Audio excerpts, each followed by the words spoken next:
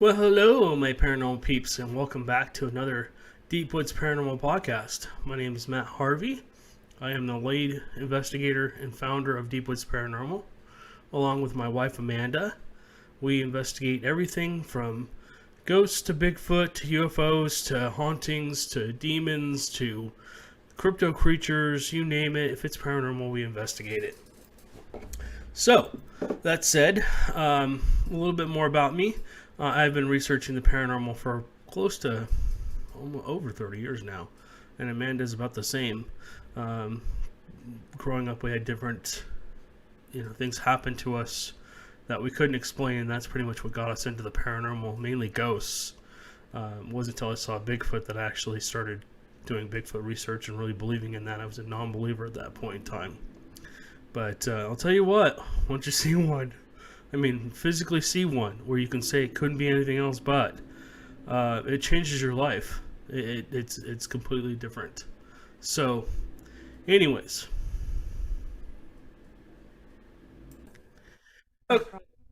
Okay, so before I get into the Bigfoot stuff, what I'm going to do is actually just recap this week because we had an amazing week.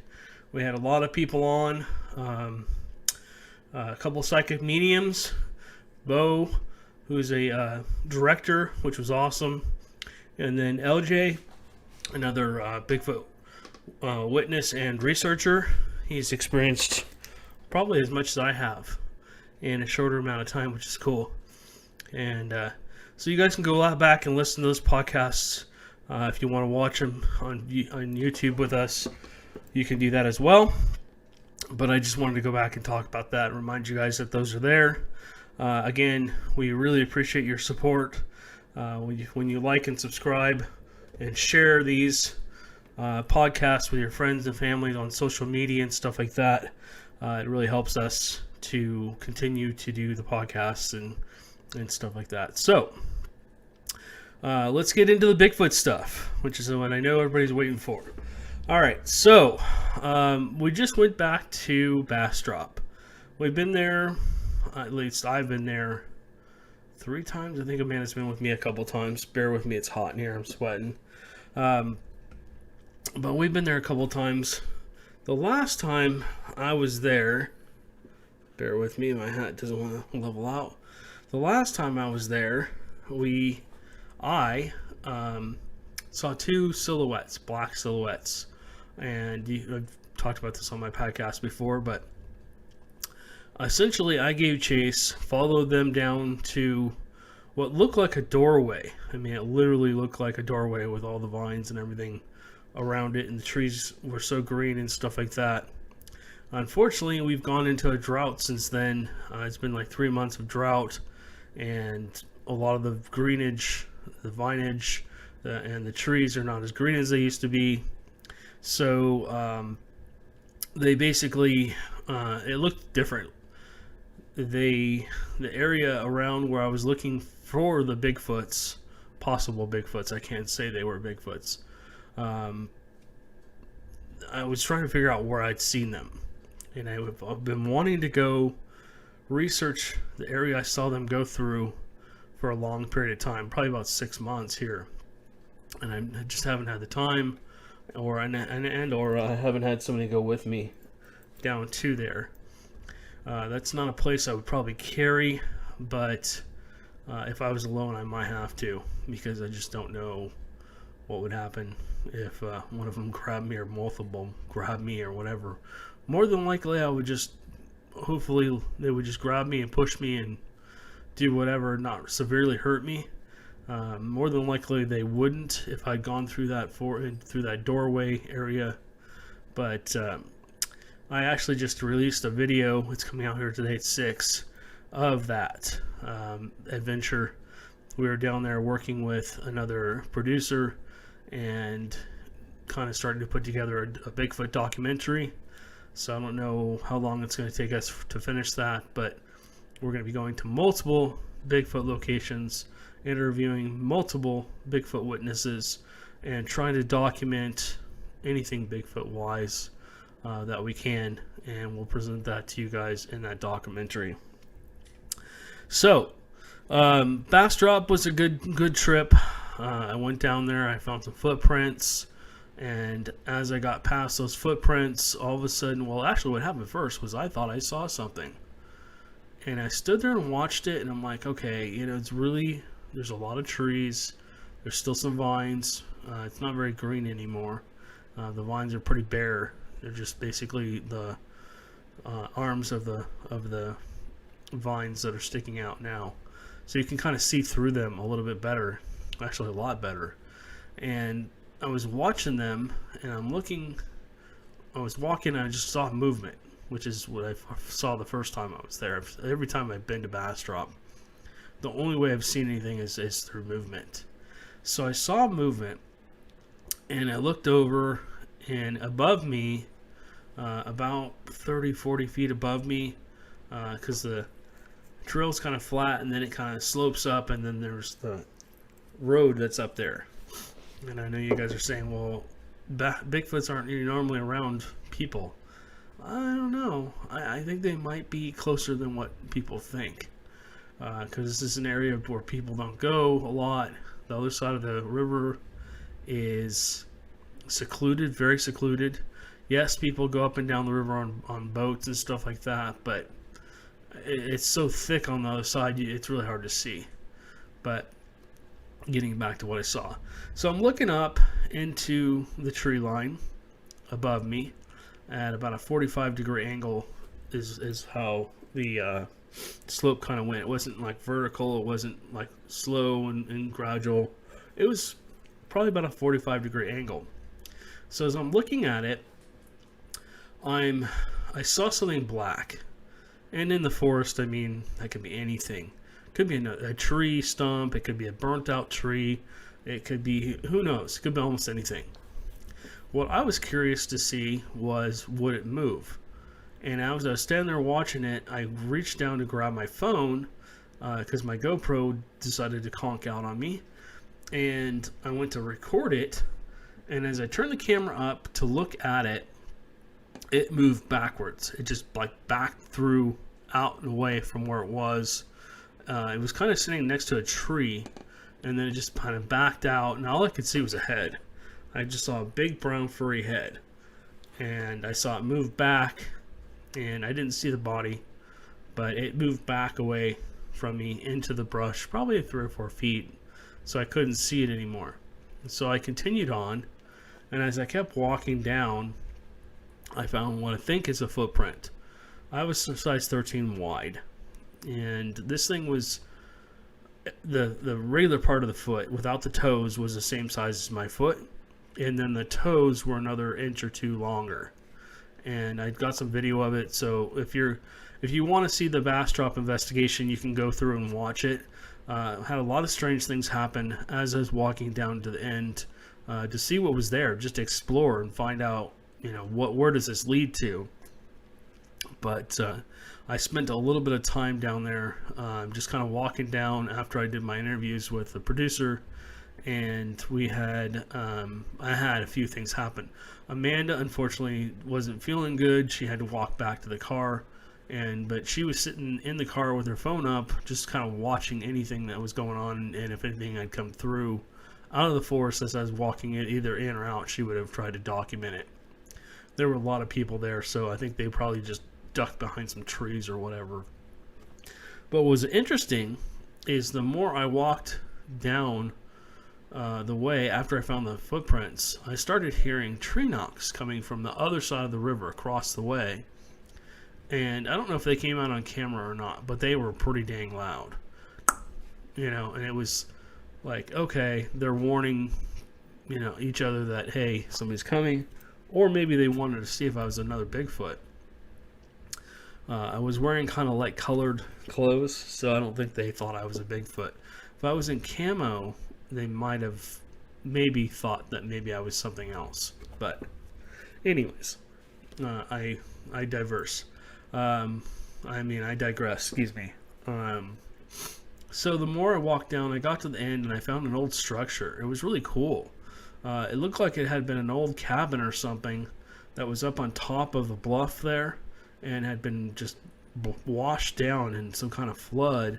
and there was just wood, and there was an old refrigerator and stuff like that. I don't want to get into too much detail, but so I decided to walk back, and as I'm walking back, I hear tree branches being snapped as I'm walking back, and I'm looking around. I'm going, okay, did that come from that side of the river or that side of the river?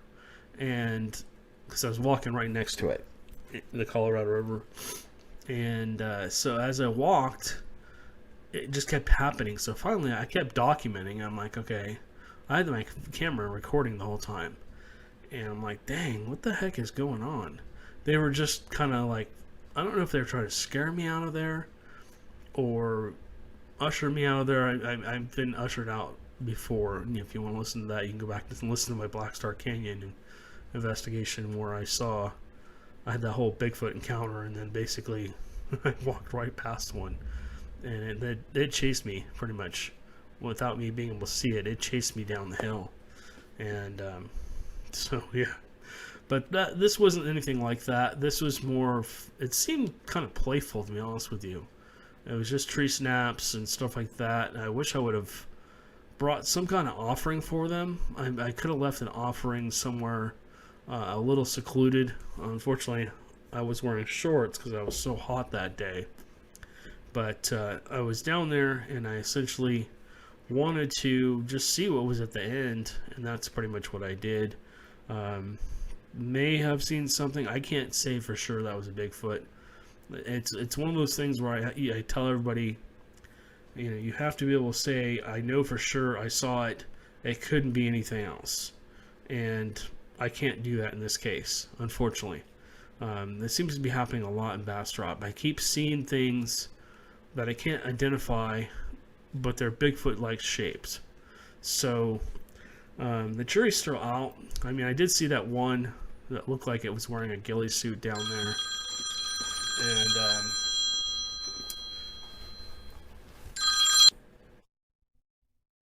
all right, guys, sorry about that. We got interrupted by a important phone call I had to take. I'm sorry. So anyways, Bastrop went really well. I think it just needs further research. There's another trail that's above where I was that I need to go down as well. That might have been the original trail I went down to see what's down that one too. I've explored that whole area. It's about a 3-mile area. And then somehow I'm going to have to get across the river. I'm going to have to just put some swim trunks on, swim across the river, and then, get redressed and essentially start investigating over there or find a way around the river. I'm sure there's a way over there, and check out the other side as well. So tomorrow, and this is the Friday podcast, the Friday Bigfoot podcast, I'm going to the Sam Houston National Forest. I'm going to be going down there to interview a witness and have him show me where he had his experience. And we're going to leave I think we're going to probably leave some snacks and stuff like that for whatever's there. We're trying to see if we can leave some cookies and other cool stuff and leave a trail cam somewhere up high. I know everybody rolls their eyes when they hear trail cam, but I've had success with it. I've had success with the trail cams. It's the placement. You can't put them 3 feet low. I mean, that's just, anything can see them.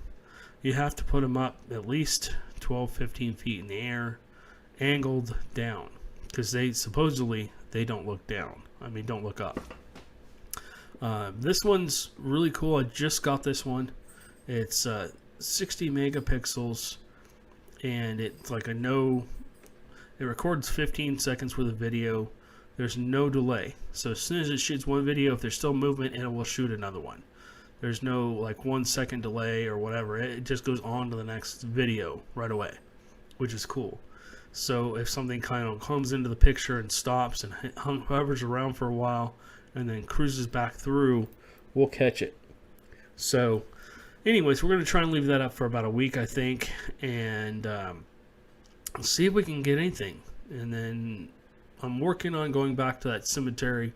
I've got to figure out who I need to contact. I need to contact the city and see who I need to talk to about doing an overnight investigation there maybe, and seeing if we get any kind of results. I don't know. I need to find out who owns the land behind the cemetery, because that seems to be where the activity is. And maybe they have stories if we can find out who owns the property.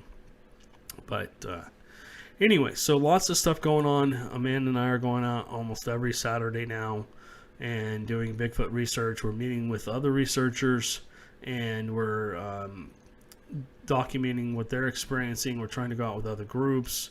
And anybody, Bigfoot enthusiasts, anybody that witnesses, we're trying to meet with witnesses and stuff like that. So lots of stuff going on.